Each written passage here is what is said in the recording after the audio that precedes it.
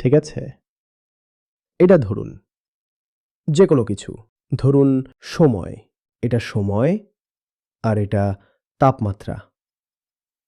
এখন ধরুন আপনার কার্ভটা এরকম, ঠিক এই কার্ভ। তো এটা এর গড় বা অ্যাভারেজ। এই পুরো কার্ভের তাপমাত্রার গড় হলো এটা, এই যে এক্স অ্যাক্সিস, এটাই অ্যাভারেজ হয়ে গেল। আমরা যখন গড়ের কথা বলি তখন এক বিরাট ভুল করে বসি। কেন? বুঝুন, এই যে পুরো কার্ভটা না, এর আকার এরকম হয়ে যাবে।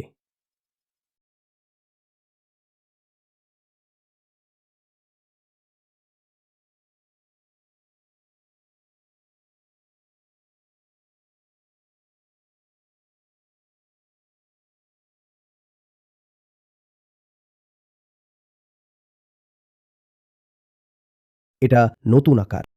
এই নতুন শেপের বৈশিষ্ট্য হলো এর পিকগুলো পুরনো পিকের চেয়ে 8 ডিগ্রি ওপরে, আর এই বটমগুলো পুরনো বটমের চেয়ে 5 ডিগ্রি নিচে। তো শুধু গড়ের কথা বললে, গড় তো পুরনো গড়ের চেয়ে মাত্র 3 ডিগ্রি ওপরে। এটা উদাহরণের জন্য বলছি, ঠিক আছে? বোঝানোর জন্য বলছি। পিক 8 ডিগ্রি বেশি আর বটম 5 ডিগ্রি নিচে নেমে গেল। তাহলে গড় কতটা বাড়ল? আপনার মনে হয় 3 ডিগ্রি তো সয়ে নেব। ওটা 3 ডিগ্রি নয়, পিক 8 ডিগ্রি বেড়ে গেছে। এখন এতে গরিবদের কি হবে ভাবুন, আর পশুদেরই বা কি হবে ভাবুন। 3 ডিগ্রি গড়, পিক 8 ডিগ্রি বা 10 ডিগ্রি বাড়বে। আর এই পিক যখন আর্দ্রতা বা হিউমিডিটির সাথে বাড়ে, তখন অনুভূত তাপমাত্রা বা ফেল্ট টেম্পারেচার 15 ডিগ্রি বেশি হয়ে যায়।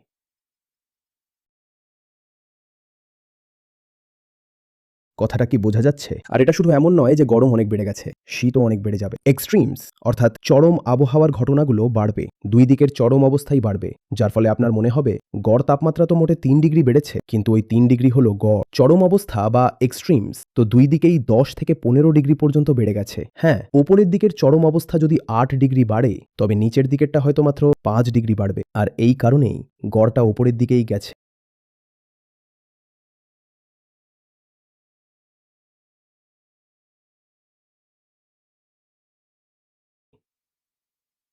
এক অদ্ভুত খামখেয়ালি আবহাওয়া, বোঝাই যাবে না যে কি হয়ে গেল।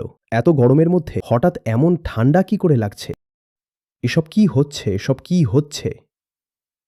লোকে বলছে, আরে মে মাসে এমন আবহাওয়া যেন মনে হচ্ছে ফেব্রুয়ারি চলছে, আর তারপরেই হঠাৎ লু বা হিট ওয়েভ বইতে শুরু করল। সমাজের যারা দুর্বল বা অসহায় মানুষ, তারাই সবচেয়ে বেশি ভুগবে। আর এর মূল কারণ বা রুট কজ অ্যানালাইসিস কেউ করবে না। আসল কারণটা কখনো সামনে আনা হবে না। আমরা কখনো বলে দেব যে পাখিরা গোলমাল করে ফেলেছে, কিন্তু পাখিরা কেন গোলমাল করলো সেটা বলবো না। কখনো বলবো ফসল নষ্ট হয়ে গেছে, কিন্তু ফসল কেন নষ্ট হলো আসল কারণটা আমরা বলবো না। কখনো আমরা বলবো যে রোড আনসেফ হয়ে গেছে, কেন হয়েছে সেটা আমরা বলবো না। কখনো বলবো মানসিক অশান্তি বাড়ছে, মানুষ বেশি পাগল হয়ে যাচ্ছে, কেন পাগল হচ্ছে সেটা আমরা বলবো না। কখনো বলবো প্রজনন ক্ষমতা বা রিপ্রোডাক্টিভ হেলথ খারাপ হচ্ছে, কেন খারাপ হচ্ছে সেটা আমরা বলবো না। এই সব কিছু লুকিয়ে রাখা হবে, যাতে ওই গ্যাস কোম্পানি, কয়লা কোম্পানি আর এনার্জি কোম্পানিগুলোর ব্যবসা চলতে থাকে। এই মানুষগুলোই যেন আদর্শ হয়ে বসে থাকে।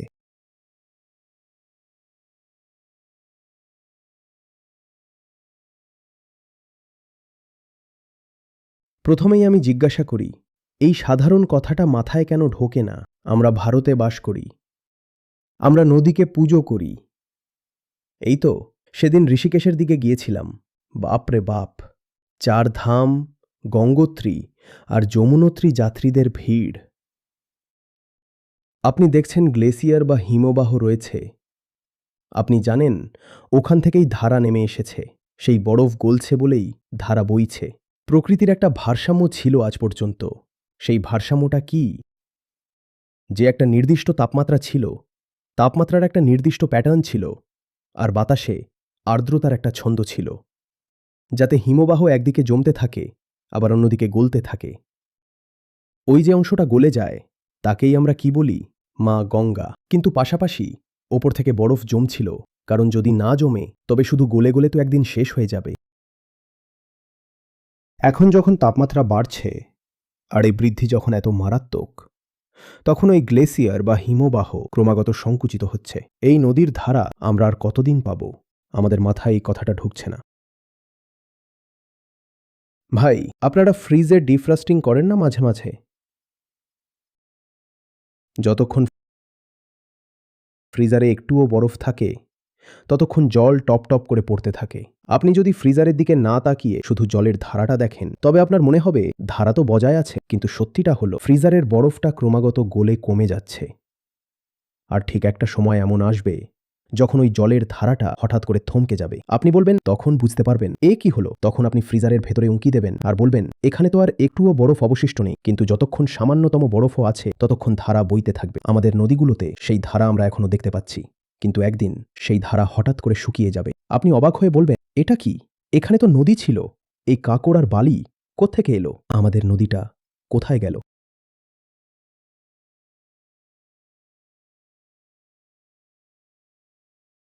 আর কিছু নদী আছে যা বৃষ্টির জলে পুষ্ট, যেমন দক্ষিণ ভারতের নদীগুলো। সেখানে বৃষ্টি না হলে নদী শুকিয়ে যাবে। আবার যে নদীগুলো বরফ গলা জলে বয় সেগুলো শুকিয়ে যাবে, কারণ সব বরফ গলে শেষ হয়ে গেছে। যেখানে বৃষ্টি নেই সেখানে বৃষ্টি না হওয়ার কারণে নদী থমকে যাবে। এবার আপনিই বলুন, আপনার কাছে আর কি অবশিষ্ট থাকবে?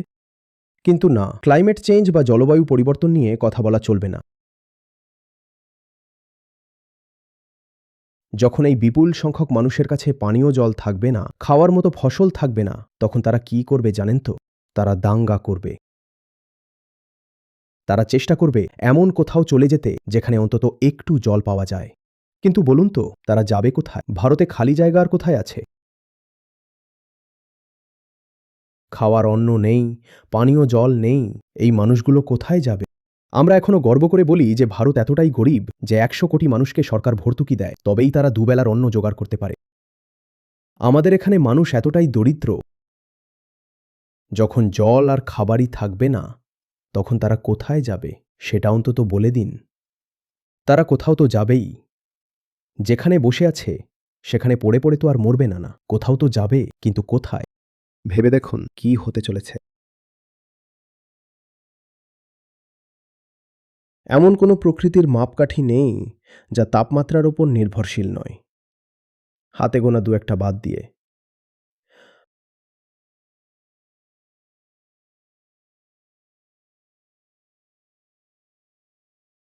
আমাদের ব্যবহারিক জগতের ভৌত উপাদানগুলোর বেশিরভাগই এই তাপমাত্রার ওপরই দাঁড়িয়ে আছে।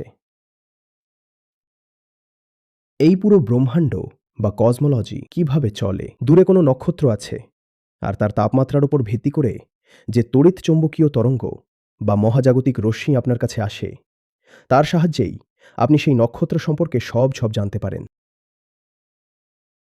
এমনকি এই তরঙ্গ বা সংকেতগুলোও তাপমাত্রার উপর ভিত্তি করেই চলে।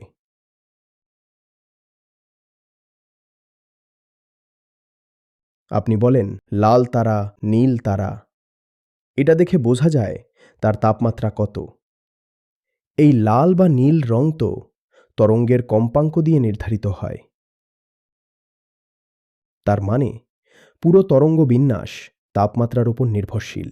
আর আমাদের আধুনিক দুনিয়ার সব যোগাযোগ ও প্রযুক্তি চলে এই তরঙ্গ বা ওয়েভসের ওপর ভিত্তি করে, আর সব তরঙ্গই তাপমাত্রার অনুসারী। তাহলে তাপমাত্রা বদলে গেলে দুনিয়া চালাবেন কি করে বলুন? আপনার কোনো সিগন্যালই আর অবশিষ্ট থাকবে?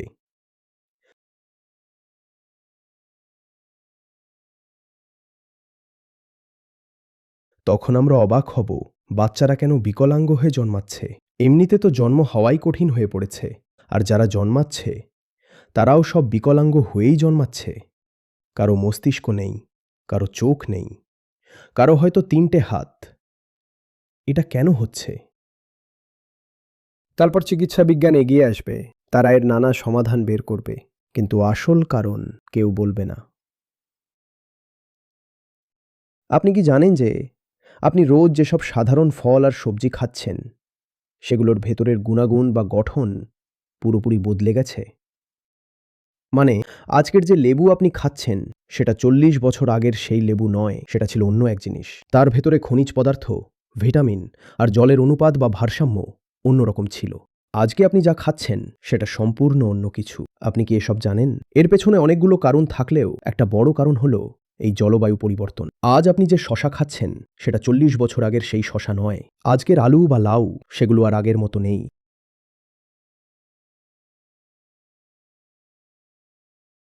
আচার্যজি, যেমন এখন এই যে লোকজন মঙ্গল গ্রহে যাওয়ার জন্য উঠে পড়ে লেগেছে, একটা শোরগোল পড়ে গে যে তাদের মঙ্গল গ্রহে যেতেই হবে। তো এখন তারা দেখছে যে এই যে বিমান দুর্ঘটনাগুলো হচ্ছে, তো এখন কে জানে হয়তো তারা এটাও দেখতে পাবে যে জলবায়ু পরিবর্তনের কারণে তাদের রকেট যেমনই ওপরে যাচ্ছে ওখানেই ফেটে যাচ্ছে। ওরা খুব ধূর্ত। এমনটা হবে না। আচার্যজি, এরপর আমরা সমাধানের গতি স্পিড অফ সলিউশন নিয়ে কথা বলি। তখন আমরা বলতাম যে ১.৫ ডিগ্রি সেলসিয়াস যে স্যাচুরেশন পয়েন্ট, সেটা হাওয়া আটকাতে হবে, সেই ভ্যালুটা বজায় রাখতে হবে। আর তারপর আমরা মানুষকে বলি যে আপনারা সচেতন জীবনযাপন বা কনশাস লিভিংয়ের দিকে আসুন। আমরা মানুষের সাথে কথা বলি যে আপনারা সচেতন জীবনযাপনের দিকে আসুন। আপনারা নিজেরা বুঝুন আপনাদের কামনা বাসনাগুলো কি, আপনাদের কার্বন ফুটপ্রিন্ট কি, এই সব কিছু বুঝুন। আর তারপর আপনারা দৈনন্দিন যা কিছু করেন তাতে সব বুঝতে পারবেন যে সেটা কতটা কার্বন নির্গত করছে। কিন্তু এই সব কিছু দিয়ে সমাধান হবে কিভাবে? অনেক লম্বা সময় ধরে চলে যাবে আচার্যজি। আমি কি এই এতক্ষণে একবারও সমাধান শব্দটা ব্যবহার করেছি? আমি বারবার বলছিলাম রুট কজ। আমাদের এই ভুল ধারণা থাকে যে সমস্যা তো আমরা জানি, আমাদের এবার সমাধানটা বলে দিন। অথচ তোমার সমস্যাই হলো এটা যে তুমি সমস্যাটাই জানো না। তুমি ধরে নিয়ে বসে আছো যে সমস্যা তো আমাদের জানাই আছে, এবার সলিউশন বলুন না। কি সমস্যা তুমি কি জানো? আমি এতক্ষণ ধরে রুট কজ বলছিলাম, জানো কি? এই যা কিছু হচ্ছে তার একটা কারণ তোমাকে বলা হবে। তুমি বলবে তার থেকেও গভীর কারণ হলো জলবায়ু পরিবর্তন। না, জলবায়ু পরিবর্তন রুট কজ নয়, রুট কজ অন্য কিছু। আর সেই যে রুট কজ তারই সমাধান এখন হচ্ছে। এটাই সমাধান, এটাই হলো যেখানে সমাধান হচ্ছে সেখানে বসে তুমি জিজ্ঞেস করছো সমাধান কি? যেখানে সমাধান নিয়েই কাজ চলছে সেখানে বসে তুমি জিজ্ঞেস করছো সমাধান কি? তাহলে আমি আর কি বলবো? আমরা সমাধান বুঝতে পারছি, ঠিক আছে, কিন্তু আমরা এই বিষয়ে খুবই সামান্য কয়েকজন মানুষ। তাহলে সংখ্যা বাড়ান না। হ্যাঁ, আমরা যখন এটাই মানুষের কাছে সমাধান। যাই, যখন এই ব্যাপারে কথা বলতে যাই, তখন কেউ যেমন এখন সেশনেও কথা হচ্ছিল না, যে মানুষ নিজের সামনে কাপড়ের পর্দা দিয়ে ঢেকে বসে আছে। মানুষ বসে নেই, আপনি আমার সামনে বসে আছেন। আমি তো আপনাকে বুঝিয়ে দিয়েছি, আপনি নিজে কাপড়ের পর্দা জড়িয়ে বসে আছেন, তাই আপনি অন্যদের বোঝাতে।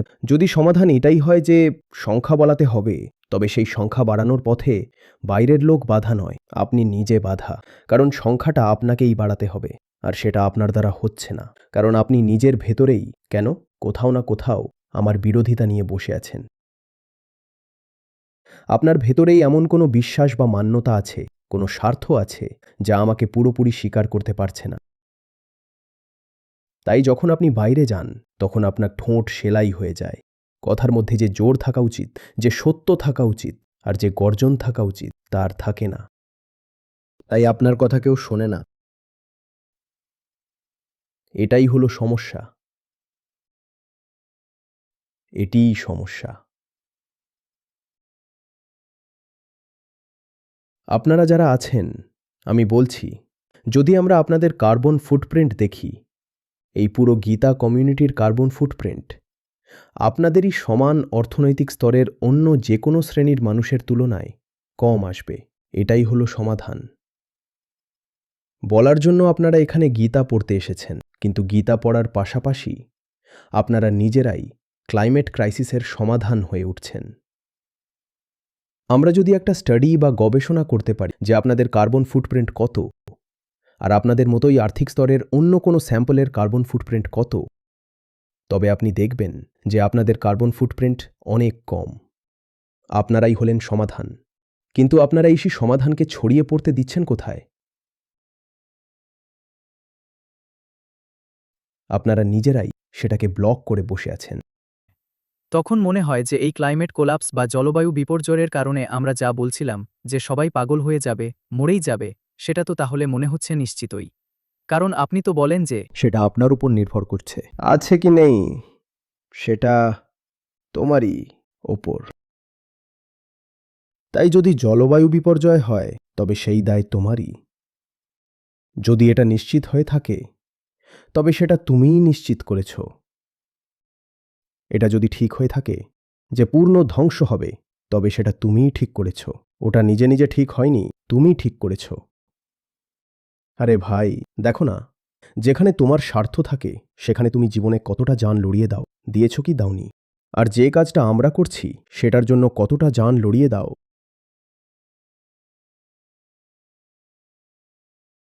কতটা জান লড়িয়ে দাও। তুমি চাইলে সমাধান হতে পারে, কিন্তু তোমার সব আকাঙ্ক্ষা অন্যদিকের। যেখানে স্বার্থ থাকে সেখানে সবাই জান লড়িয়ে দিতে তৈরি হয়ে যায়। আর এখানে তো তোমরা ভাবো যে এমনি কিছু একটা হচ্ছে, দান বা চাঁদার কোনো কাজ হচ্ছে, পার্ট টাইম গিয়ে একটু আধটু কিছু করে দিলাম তো দিলাম।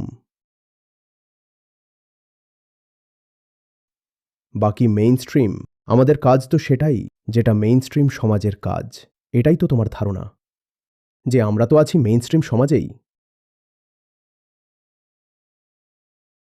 আচার্যজির জন্য একটু আধটু 5 থেকে 10 মিনিট বা আধা ঘন্টা সময় বের করে, অথবা উইকেন্ডে 2 ঘন্টা বের করে কিছু একটা করে দেব। তোমার যেসব ব্যক্তিগত চাওয়া আছে সেগুলোকে কি তুমি এতটাই সময় দাও? নিজের কামনা বাসনা মেটানোর পেছনেও কি এতটাই জোর লাগাও? না, সেখানে তো পুরো জান লড়িয়ে দাও, আর এই কাজের বেলায় খুব বড় সেজে যাও। ঠিক সেটাই হচ্ছে যা তুমি চাইছো। আর যদি সমাধান কিছু থাকে তবে সেটাও তোমার মাধ্যমেই আছে। ছড়িয়ে পড়ো। তুমি যখন ছড়াবে তখনই সমাধান ছড়াবে।